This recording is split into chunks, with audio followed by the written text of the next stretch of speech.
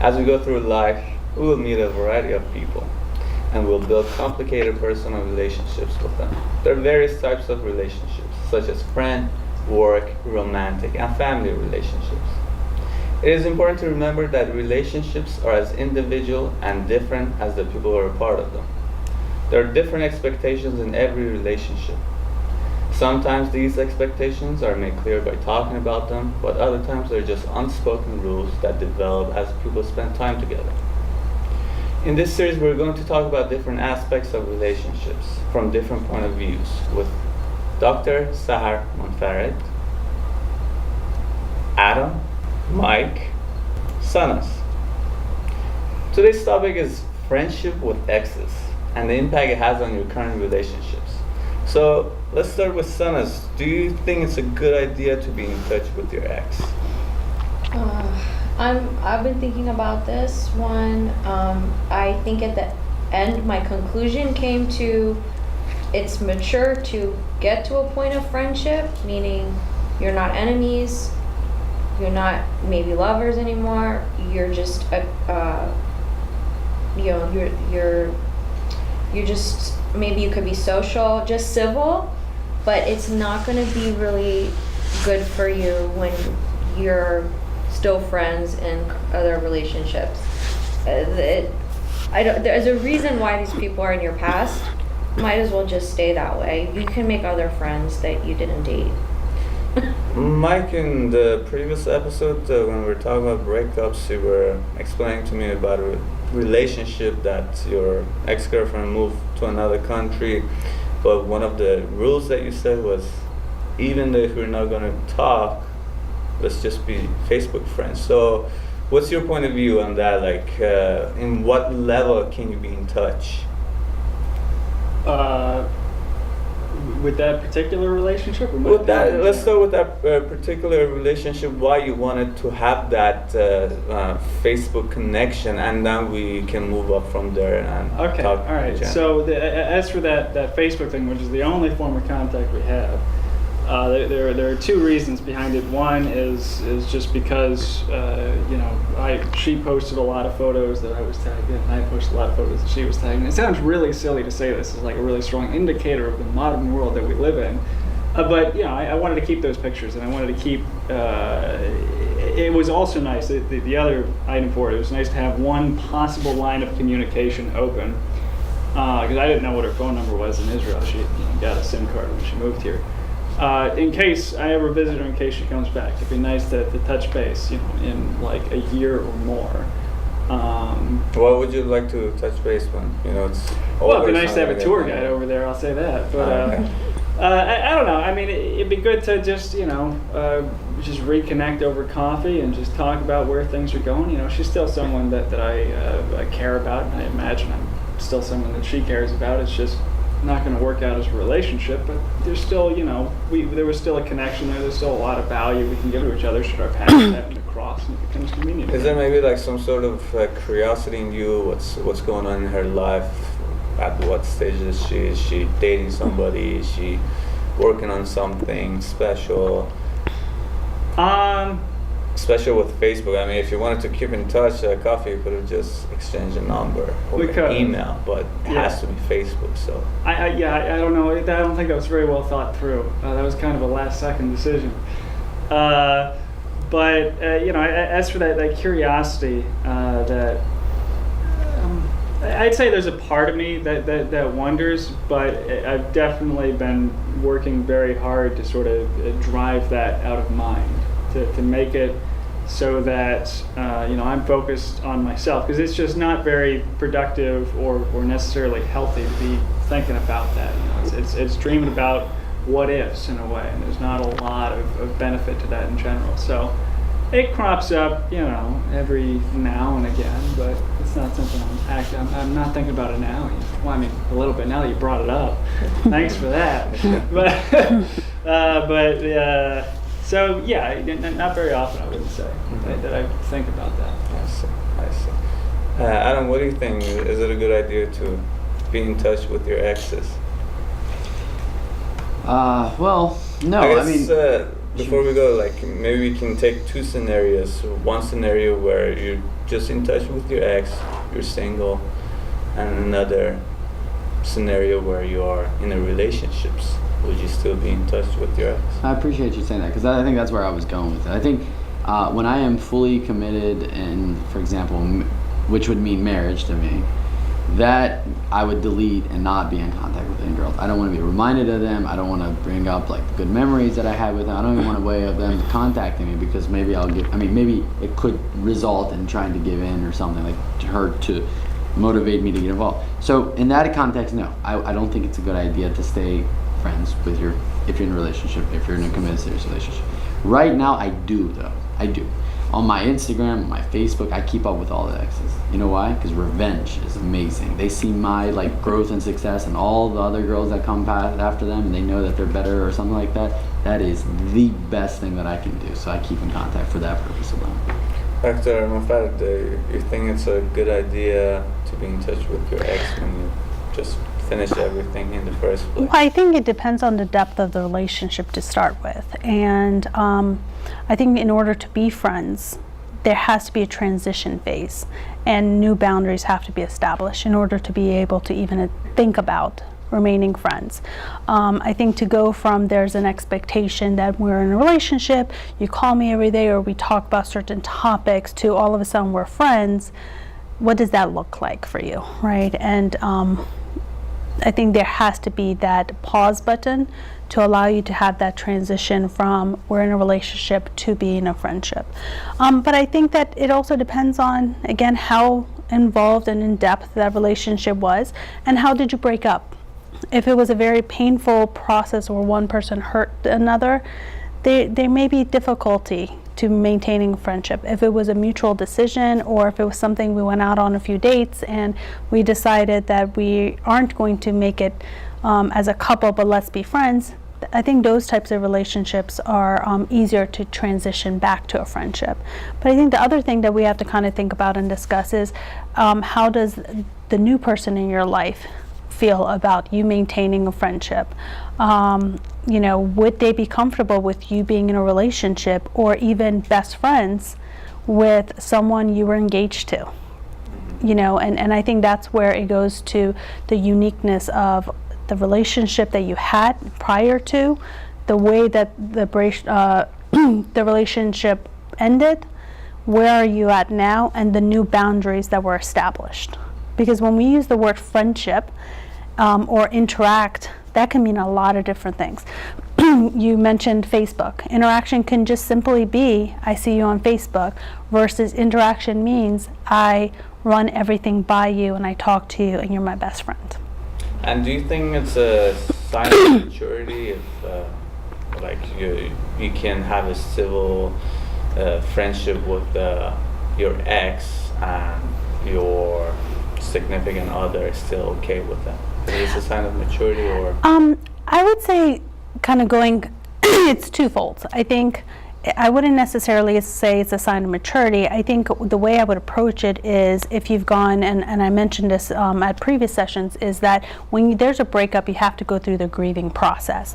So if you do go through the grieving process and you've accepted that the relationship has come to an end, I think then that is the way you have to look at it, is if someone has grieved and acknowledged that the relationship has come to an end, then they can be in a friendship or interact with that person.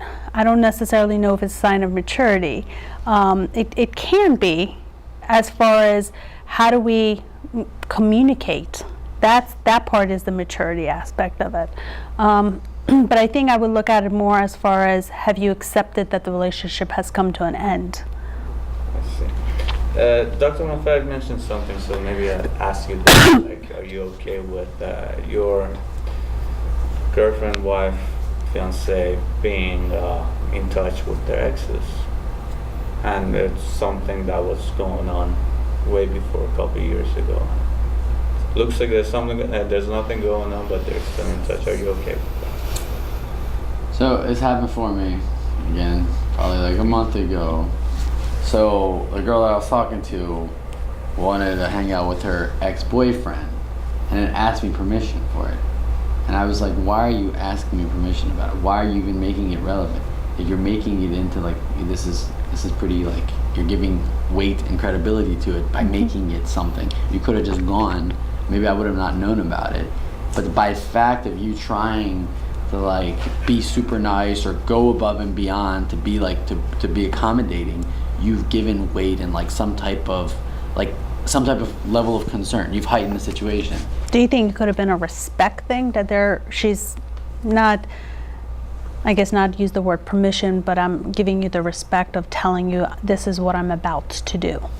I think it was from good intentions, but at the time, like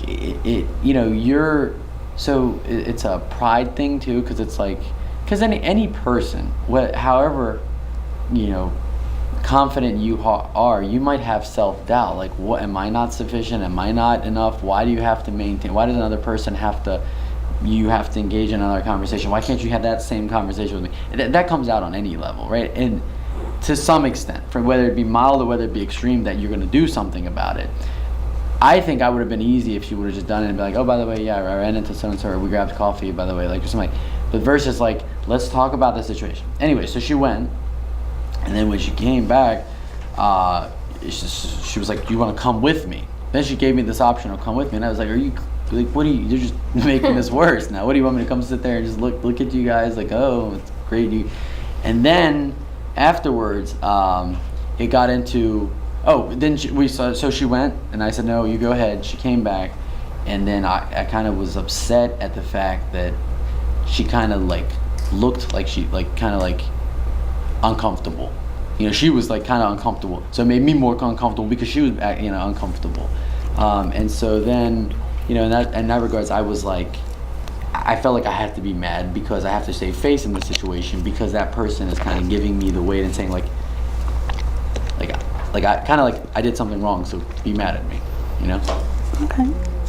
Mike, let's get another guy's perspective. Do you agree with what Adam says? Well, there was a lot that Adam was just saying there. I don't know if I necessarily agree with keeping in touch with people for the purpose of revenge. Jump back.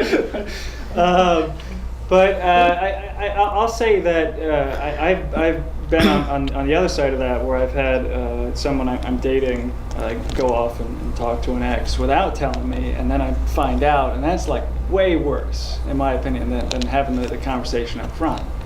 But I mean, it's a really tricky thing, because you're right, bringing it up does give credence to it. It does lend weight to the whole concept of what's going on, that maybe there might be something going on.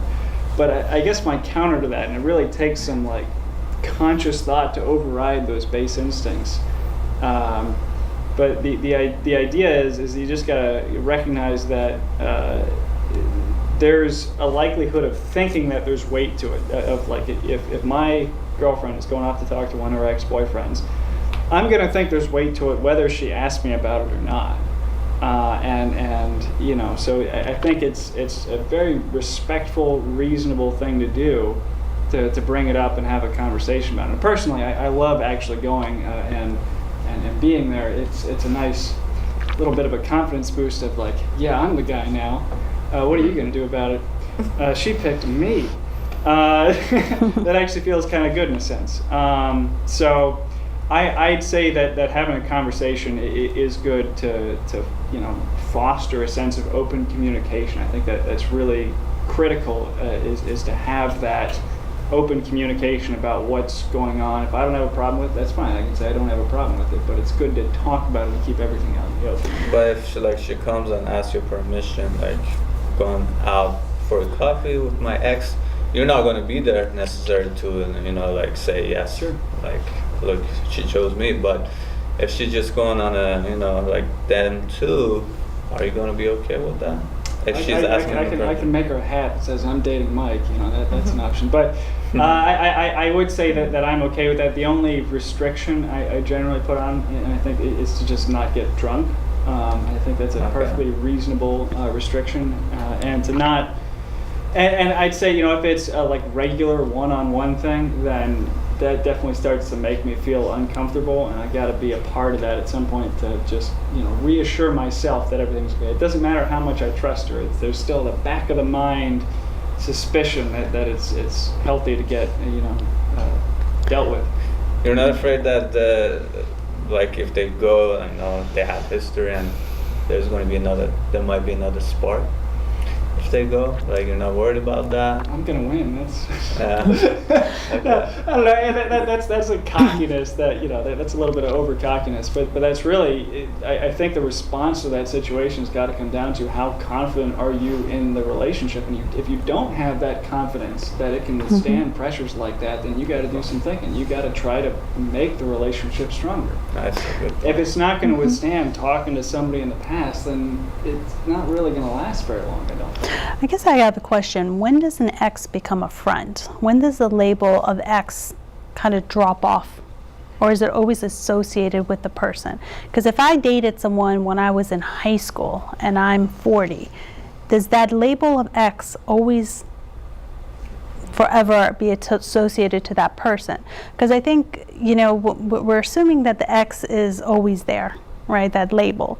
And I think that is worth kind of discussing, because depending on when the label is switched over, that can determine how comfortable you are. I mean, if someone that we dated and broke up about a month ago, and I was with that person for 3 years, I think that might be a different scenario than someone I dated my senior year in high school and I haven't really been with or anything, and the label has switched over to this is my friend now versus this is my ex.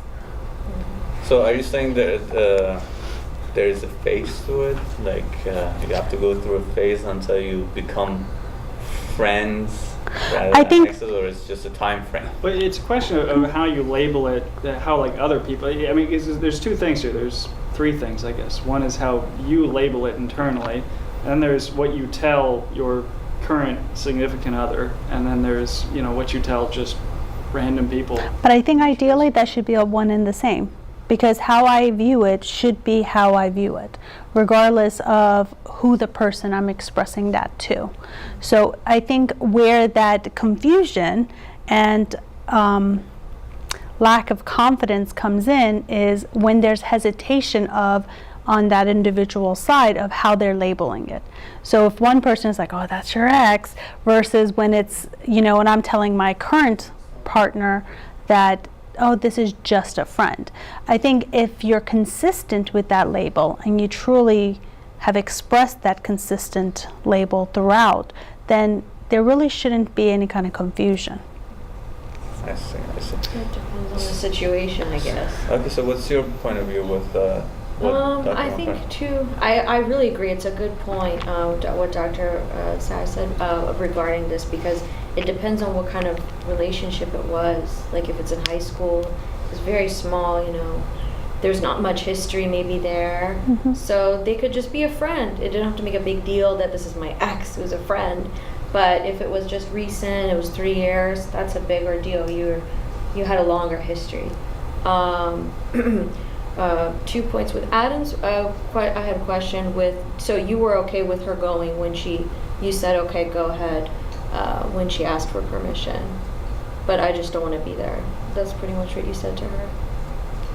Was I okay with my Like, girl what was your talking response with- when she said, can I go? I want to ask your permission. You said, okay.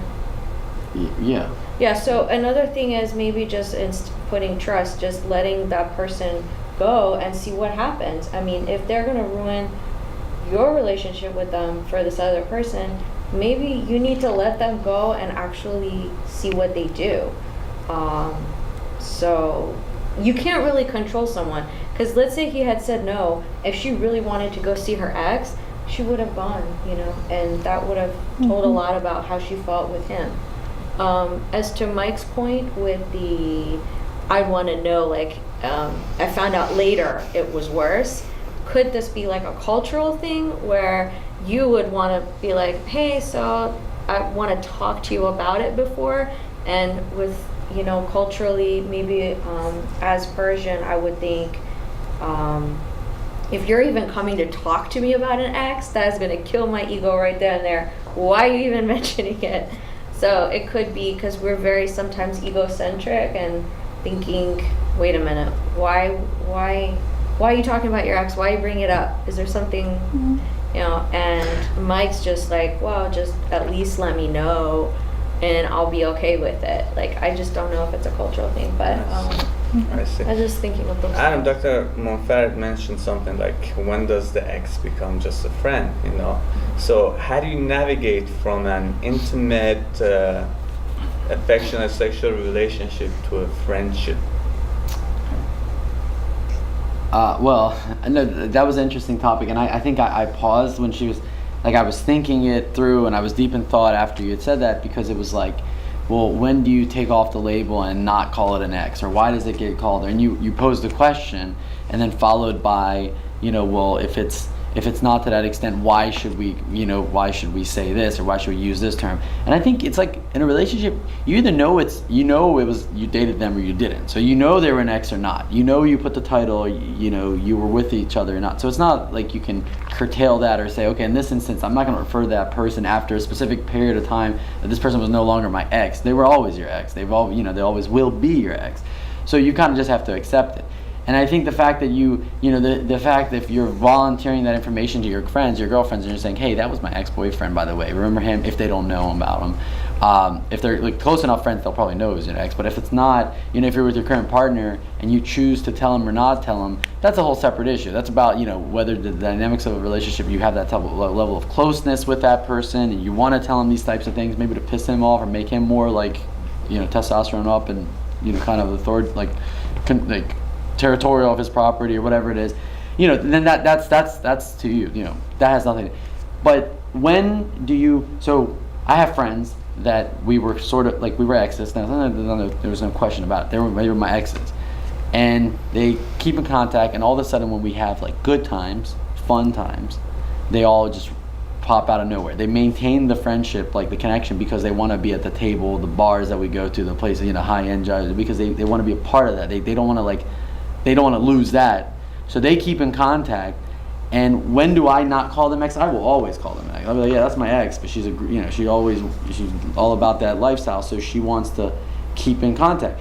But is that a friend, though? Because what you're describing to me is someone who is more of an associate, who you're keeping in touch with, but it's to just have a social media type of connection. Sure. I wouldn't necessarily, in my opinion, label that as someone who's a friend that you've kept in touch with. So in that scenario, I don't know if the label would switch from an ex to a friend. That may always be an ex, and I think what I'm referring more to is someone who you choose to go past and maintain that friendship with, and at some point, I do think that if you label and change the boundaries and you are able to switch from the ex role to a friend role, that the title ex can be dropped off at some point. That when you, after 6 years of breakup or 6 months, whatever it is, that I think when you guys have a new boundary, new guidelines of how this is going to be, and there is that shift that we talked about earlier, to allow that to happen, I think naturally then you will start introducing them, oh, this is my friend Adam, versus this is my ex Adam. And I think it goes back to what you were saying about how much weight do we put on that label. Because I think whenever you attach the word ex, there's always that stigma, that's a good word, stigma, and people are taken back by that label, right, when we say ex. And I think that there's some societal pressure sometimes that we should A, not have any contact with an ex, or B, we should somewhat hate our exes. Well, I think we're shading the fact of what a friend is and what an associate and all these things. Like we're mixing the titles, and at the end of the day, perception is reality. The fact that this ex of mine, every time I have a bottle, I get a table or a bottle at a club, wants to roll in and start, being around me, and everyone starts taking pictures and posting it everywhere, then they say, oh, your friend / oh, your ex, if they know, is at the party again, around you again, and so forth. And so the question becomes, are they my friend or not? Sure, they're my friend because I accepted them to maintain and to be part of the group, and they still have this desire to be around me or be to be exposed to whatever. So whether they're associate or not, like people would consider them would consider her my friend, and she probably would consider me my friend, and I guess I would consider them my friend. So I don't know how any other. I think with your friend, I think they have a mutual benefit. Look, you're getting revenge. You're able to get revenge using them, having them there for you to show off and be like, look how great I'm doing. And then these friends get to come to the bar with you and take advantage of your perks of being friends with you. So they're friends in a kind of messed up way, I would say. But I guess my question is, have you established boundaries after the breakup with his ex that you're mentioning? Was there any boundaries that was established of this is how we will interact? I think Mike mentioned with his ex, there was a boundary of we will only associate on Facebook. It was a very clear boundary set that this is how we're going to interact. And I think sometimes where the confusion is, there is no boundaries that truly is established. And, that's where it gets muddy. The issue is when you have a breakup, usually the breakup is a hard breakup. And when you do the breakup, your whole goal is to not be in touch with that person. And but is that always the goal? it depends. Like, for example, in Mike's situation, there was a deal breaker. Okay, the distance. Okay, so we know there's a deal breaker. We're breaking up because of this deal breaker, and we set these boundaries. Okay, we keep in touch through Facebook. But there's a lot of times, I believe, breakups is happening because there was a fight or something. There was no deal breaker. Something happened and they just ended there. Their intention was to end it there. 2 weeks passed by, 3 weeks passed by, and now they feel like, oh, let's just keep in touch. So the problem of boundary, I think, don't you think, like a lot of times people don't tend to put the boundaries? But that goes on you needing to establish boundaries and having that communication. And remember, I said there has to be a transition between a relationship and a friendship. And that transition period is where those boundaries are established. And you have to be mutually determine what is going to work as far as those establishing those boundaries. Because I might be okay with you being on my Facebook, calling me, texting me, but the other person may be in a new relationship and they don't appreciate that. Their significant other is not okay with that. So their boundary may be, hey, the only way we can interact is through Facebook, or we can only interact if my significant other is with me when we do that. But that goes with the word you use, maturity, right? And I think that in that case, it is the maturity aspect of honoring the boundary that the other person also needs to do. So I think it has to do with really having very clear, concise communication with the other person and saying, what are we looking, what works for you and what works for me, and what do we agree on? That transition phase is something that a lot of people don't do. I see. Well, and I'll jump in with that and say that a big difficulty with that, because ideally you'd like to have strong conversations at every significant point in a interpersonal relationship to establish those things. But I'll tell you, with almost every relationship I've been in, when it goes through that sort of transition, I have no idea what kind of thing we want to transition into. So there's got to be a kind of weird sort of let's try some things out, and that's always a very unfortunate thing. And usually things kind of fizzle out at that point, and then we're left in a weird limbo, and we just don't want to talk about it. We just kind of go about our own little way. So I don't know. I mean, like having that. I think a conversation with concrete outputs is necessary to establish that. But I'll say that I have never had that conversation in my life, and I'm not even sure how I would go about that. And that is more common than not. Most people don't have those conversations because, as you said, it has to do with feeling uncomfortable, confronting people, and also recognizing that what we established at one point after a breakup may have to be evolved and changed throughout. So understanding that this is a fluent thing that will always change and evolve.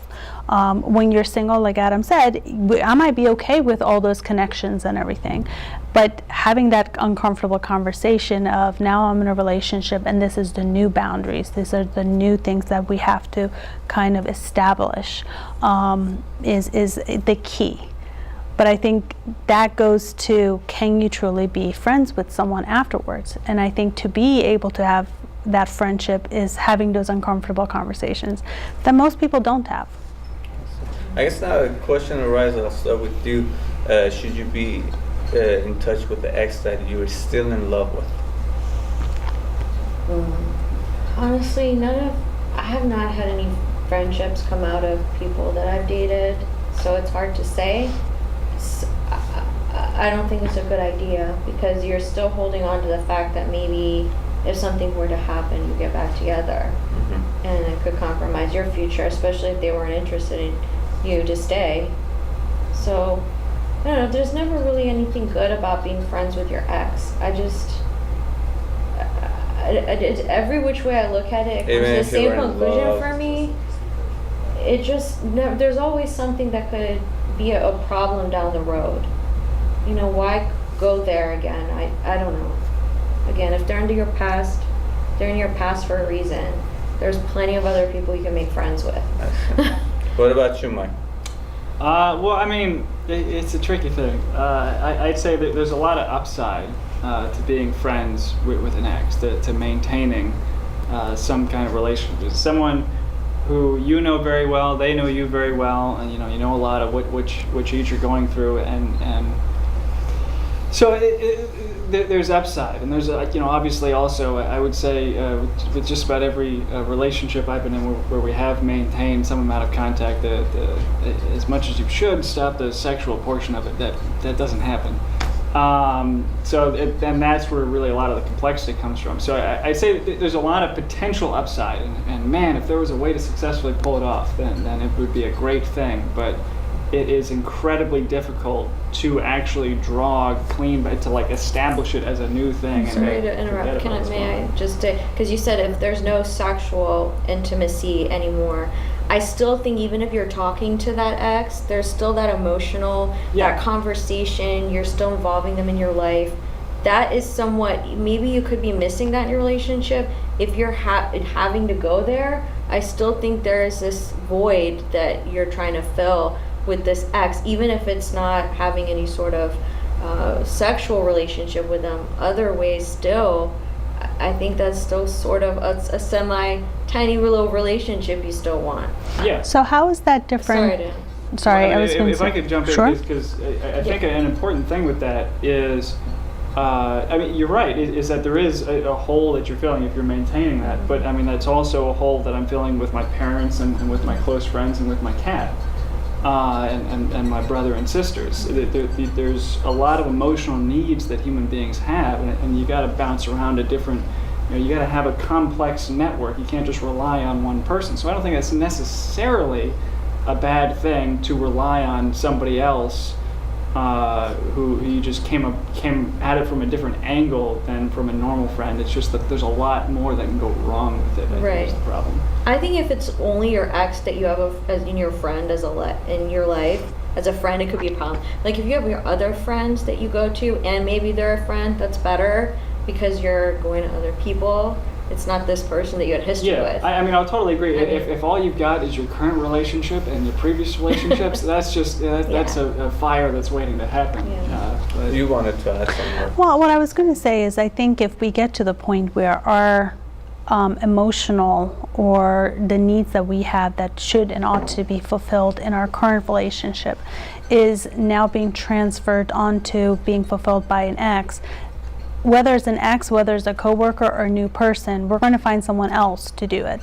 What that just goes to is the connection you have with the current person. So I think that's a whole nother kind of question and topic that we're getting into. So I don't know if it has to do with our emotional fulfillment, because again, if we're having the ex fulfill it, substitute the word ex and put a coworker, it'll still be fulfilled by someone else.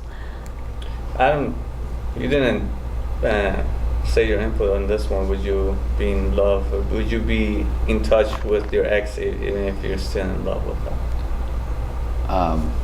Well, so again, back to a specific instance, which is one again, one of the ex-girlfriends who really hurt me and I really truly liked and so forth. Like, I don't personally contact them. No, I don't believe so. I think you're reliving the trauma. You're saying, hey, I miss you, whatever. I mean, what else is going to come out if you really loved someone and you're maintaining communication? What are you trying to accomplish? What's the intent? Well, there is none other than you want to get back with them. So I really work on myself so that when it's over, I'm not reaching out to them. The instance that I was going to bring up was that person kind of periodically dropping in, and what my reactions were. My reactions were kind of like put out the fire every time. Like they'd say something, oh, do you remember this memory? Here's a picture of us. And then and it's hard for me because I'm emotional. I'm like, I want to say all the things that I want to say. Oh, I'd run, like, please run back to me. I'll run back. Like, but then it was that level of self-control that says, no, be smart, defuse the bomb, and let her kind of go by. Go on. Just to wrap up, I'm going to ask the last question. Maybe I start with you again. A situation, you break up with your girlfriend, but you still keep in touch. Both of you are single. You haven't been meeting anyone, but you still keep in touch. Maybe you still have that sexual relationship. Is it okay for you to share that you've been, are you obligated to share that you've been meeting new people? Are you obligated? Question there that's got so much controversy. So, but okay, wait a second. Is this a hookup? Hookup friend. Okay. Hookup. So with an ex. So Yeah. you're maintaining relations with your ex, and you're meeting new people. Yes. Okay. Are you obligated to still say that you're meeting people, even though you guys are exes, but you still have that kind of? So both parties clearly in that situation, there's something left that's keeping them involved, right? Romantically, physically, like something's there. And both of them maybe even come to the conclusion, yeah, we're not good for each other, but we're going to maintain this. But that doesn't take away like the little things that could pop up, like jealousy, like insecurity, whatever it could be.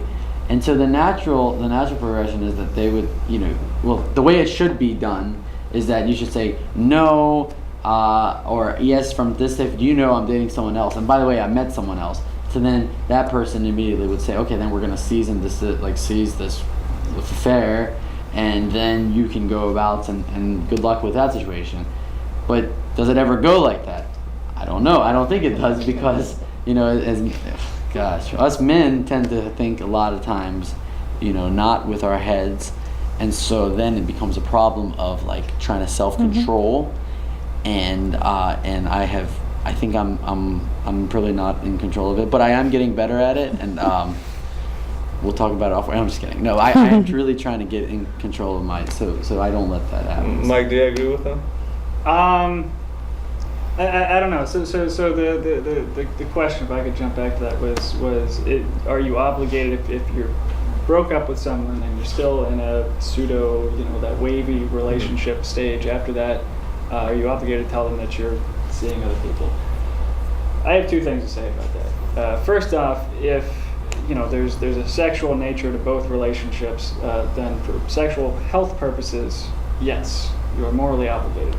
The second thing, though, is that what I'll say my personal belief is that monogamy is something that isn't assumed. It has to be established.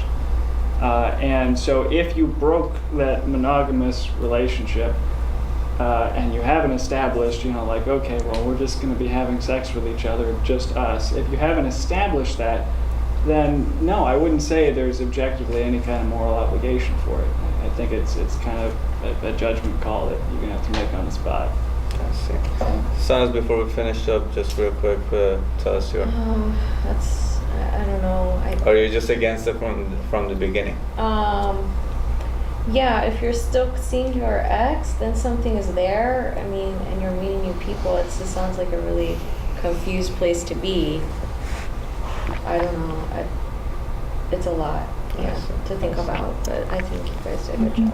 Okay. So, Dr. Monfort, just to wrap up, please let us know.